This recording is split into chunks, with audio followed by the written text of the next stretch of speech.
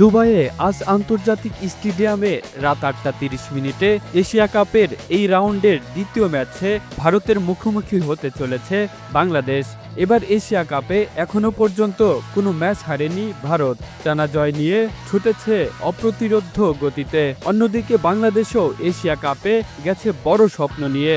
Super ফোরে শ্রীলঙ্কাকে হারিয়ে দারুণ শুরুর পর বাংলাদেশ দল চ্যাম্পিয়ন হওয়ার স্বপ্নের কথাও বলতে শুরু করেছে।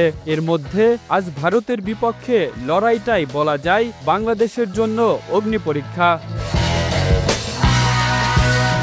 শ্রীলঙ্কার বিপক্ষে সুপার ফোরের ম্যাচে দারুণ পারফরমেন্স করেছিল বাংলাদেশের ওপেনিং জুটি।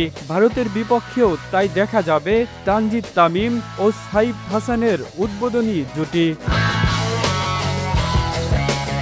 অধিনায়ক লিটন নামবেন ৩ নম্বরে। টুর্নামেন্টের প্রথম ভাগে ফর্মহীনতায় ভোগা তাওহিদ হৃদয় গত ম্যাচেই ফিরেছেন স্বরূপে।